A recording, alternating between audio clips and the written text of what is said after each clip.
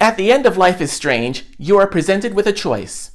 The options, as they are presented to you, are to either sacrifice Chloe, your best friend with whom you have reunited, whose life you saved several times by this point in the story, or to sacrifice Arcadia Bay, the town where this story takes place, home to Blackwell Academy, the school you attend, and a large number of people.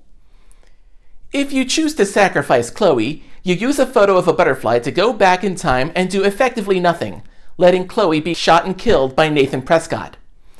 If you choose to sacrifice Arcadia Bay, the tornado destroys the town, killing many. Hello Internet, Redbird here. In writing this script, I've put the word sacrifice in quotation marks, indicating my first comment about this choice. It's not about sacrificing one thing to save another. That would indicate a lack of fourth-dimensional thinking. As we've seen, when Max changes the past, she arrives in a different timeline where things reflect the changes she made. So this choice is not about sacrificing one entity to save the other. The choice is between timelines. Which timeline do you want Max to live in? A more accurate description of the options could be change the past yet again, or leave things as they are. This brings up another issue with this choice. If you choose to sacrifice Chloe, you're choosing to change the past to undo the effects of changing the past. This is illogical, like trying to extinguish a fire by using gasoline. Don't actually do that, by the way. How would one know that changing the past here won't make things even worse?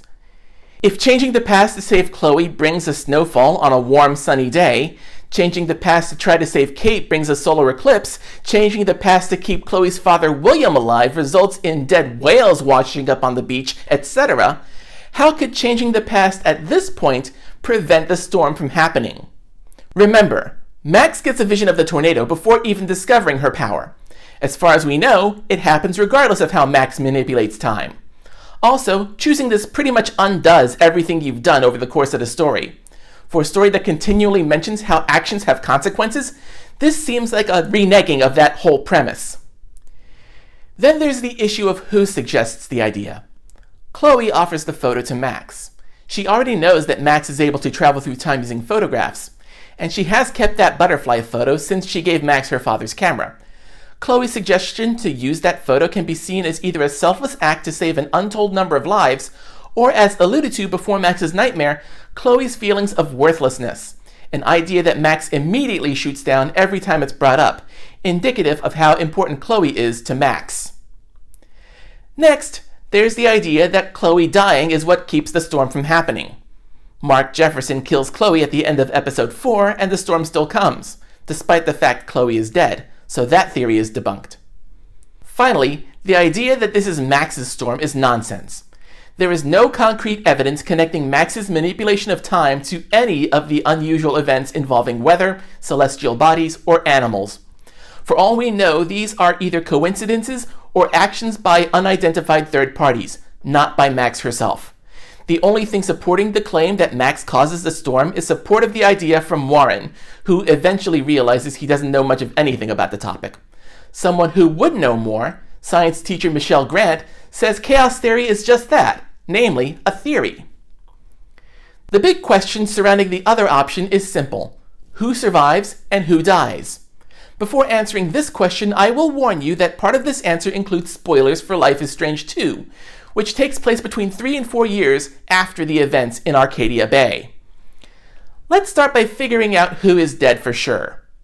In the altered timeline, after Max convinces Chloe not to go to the Vortex Club party, Max and Chloe spend the night at Chloe's house, tell David what's happening, then travel to the beach once the storm gets crazy. Max is not there to save people she could save on her way to the Two Whales diner from the darkroom, because she was never in the darkroom to begin with. This means that the unnamed trucker, Evan, Alyssa, and their fishermen all perish. Additionally, Max isn't there to prevent the diner from blowing up, so that means Joyce and Warren and possibly even Frank and Pompidou also meet their end. Let's talk about survivors. We already know Max and Chloe survived the storm as they're seen driving out of Arcadia Bay together. In Life is Strange 2, Sean Diaz meets another survivor, David Madsen. Never met someone with a superpower before. While exploring David's trailer, Sean can find a note from another survivor, Victoria Choce. It's likely that Mark Jefferson and a few unnamed police officers also survive, but as David says to Sean, We lost everyone else. Though exactly who everyone else refers to is never revealed. What about Kate Marsh and her family? If Max manages to save Kate in episode 2, will choosing to sacrifice Arcadia Bay do anything to her? I personally believe the answer is no, and here's why.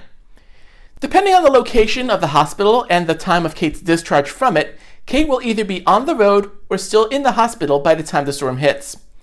For someone to say, "This is definitely Kate's floor," when arriving at a certain floor would require a pretty big structure, with a large footprint and several stories. Of the views we see of Arcadia Bay, for example, from the lighthouse, no such structure is visible, meaning that the hospital is nowhere near the tornado's zone of direct impact. We already know of one other place that's outside this zone, the lighthouse, though admittedly it did receive some damage. It's therefore plausible that the hospital would be another place that's safe. Even if the hospital was in the zone of direct impact, most American hospitals are constructed in such a way that even a direct impact by a tornado would have a very high survivability rate. Blocked roads encountered after her discharge might also play a factor into whether Kate survives the storm, though any hospital worth what people in insurance companies are paying for their services probably wouldn't let people leave until it's safe to do so. Long story short, if Kate survives the events of Tuesday, it is very likely that she will live to see Saturday and the many days beyond. Finally, some comments about the ending cutscenes themselves. In Sacrifice Chloe, Max does nothing but cry in the corner of the bathroom as Chloe is killed. It's not entirely proven, but it's likely that our Max took over, keeps the photo of the butterfly, not fully knowing its significance. The photo montage shows David entering the bathroom a moment later and arresting Nathan. As we saw through his reaction to what Max tells him in the darkroom, David truly cares about Chloe, though he admits to not being the best at showing it. If it wasn't for the fact he had a job to do, he'd probably be inconsolable at this point. Next we see Nathan in an interrogation room, likely confessing his involvement in things that led to the death of Rachel, implicating Mark Jefferson in the process. Next we see Jefferson being escorted by police out of Blackwell as Max and Kate look on. The montage ends with Max at the lighthouse, wearing a black dress. Then there's Chloe's funeral scene at the cemetery. I personally believe that the scene at the cemetery takes place before the scene at the lighthouse cliff. Whenever Max alters time using a photo, she returns to the present at about the time she jumps into the photo, plus however long it takes to do whatever is needed to be done to change the past. Given that it only takes a couple of minutes to listen to Nathan and Chloe argue before he fires his gun, Max should return to the present a couple of minutes after she jumps into the photo, approximately early afternoon on Friday. When we find her at the lighthouse cliff, it's golden hour, and she's wearing the same outfit, doe pendant and all. This means she headed for the lighthouse after leaving the cemetery. There is no dialogue to suggest this is our Max. The fact that Max smiles as the blue butterfly rests on Chloe's casket can mean one of two things. If this is not our Max, she's likely thinking that it's just the butterfly from the photo she took on Monday. If this is our Max, the butterfly is probably reminding her of the events of the week with Chloe. Speaking of those events, Max now has memories of them, even though they never happened. From David harassing Kate all the way through to the final choice, none of that happened. Saying something like, "I met with Chloe for breakfast on Tuesday," when that same Chloe died the day before, would probably lead to many people not believing her if she chooses to tell her story. This might lead to some form of survivor's guilt. Max's telling of the events leading to this would be so unbelievable that getting the help she needs would be practically impossible. It would be a long and difficult road ahead of her, and possibly many episodes of sadness, grief, depression, etc. As for Sacrifice Arcadia Bay, yes, the ending is shorter than what most would want, but there's one thing that needs to be said. Max and Chloe don't leave Arcadia Bay on Friday. The sun is in the wrong place in the sky for that, over the hills east of town. It's morning, possibly Saturday morning. And where do they go after they leave? It doesn't matter. All that matters is that they're safe and together. Max still has memories of events that never happened, but there are fewer of them, and those memories are of events that are likely worth forgetting. Max probably won't forget her experience in the dark room, or watching as that tornado rips through the town, but her support network is right there with her. Chloe has been enabling and supporting Max for her whole life, and together, they are unstoppable.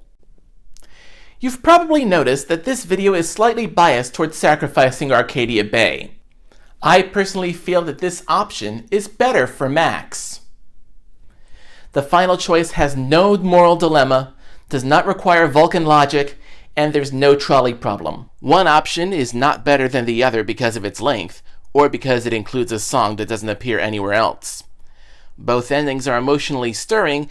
One is somewhat bittersweet, while the other is a veritable gut punch. The choice's outcome does not have Max actively killing Chloe or destroying the town. As Chloe says, "No matter what you choose, I know you'll make the right decision." At the end of the day, as the title of a 1991 song from Black Sheep says, the choice is yours.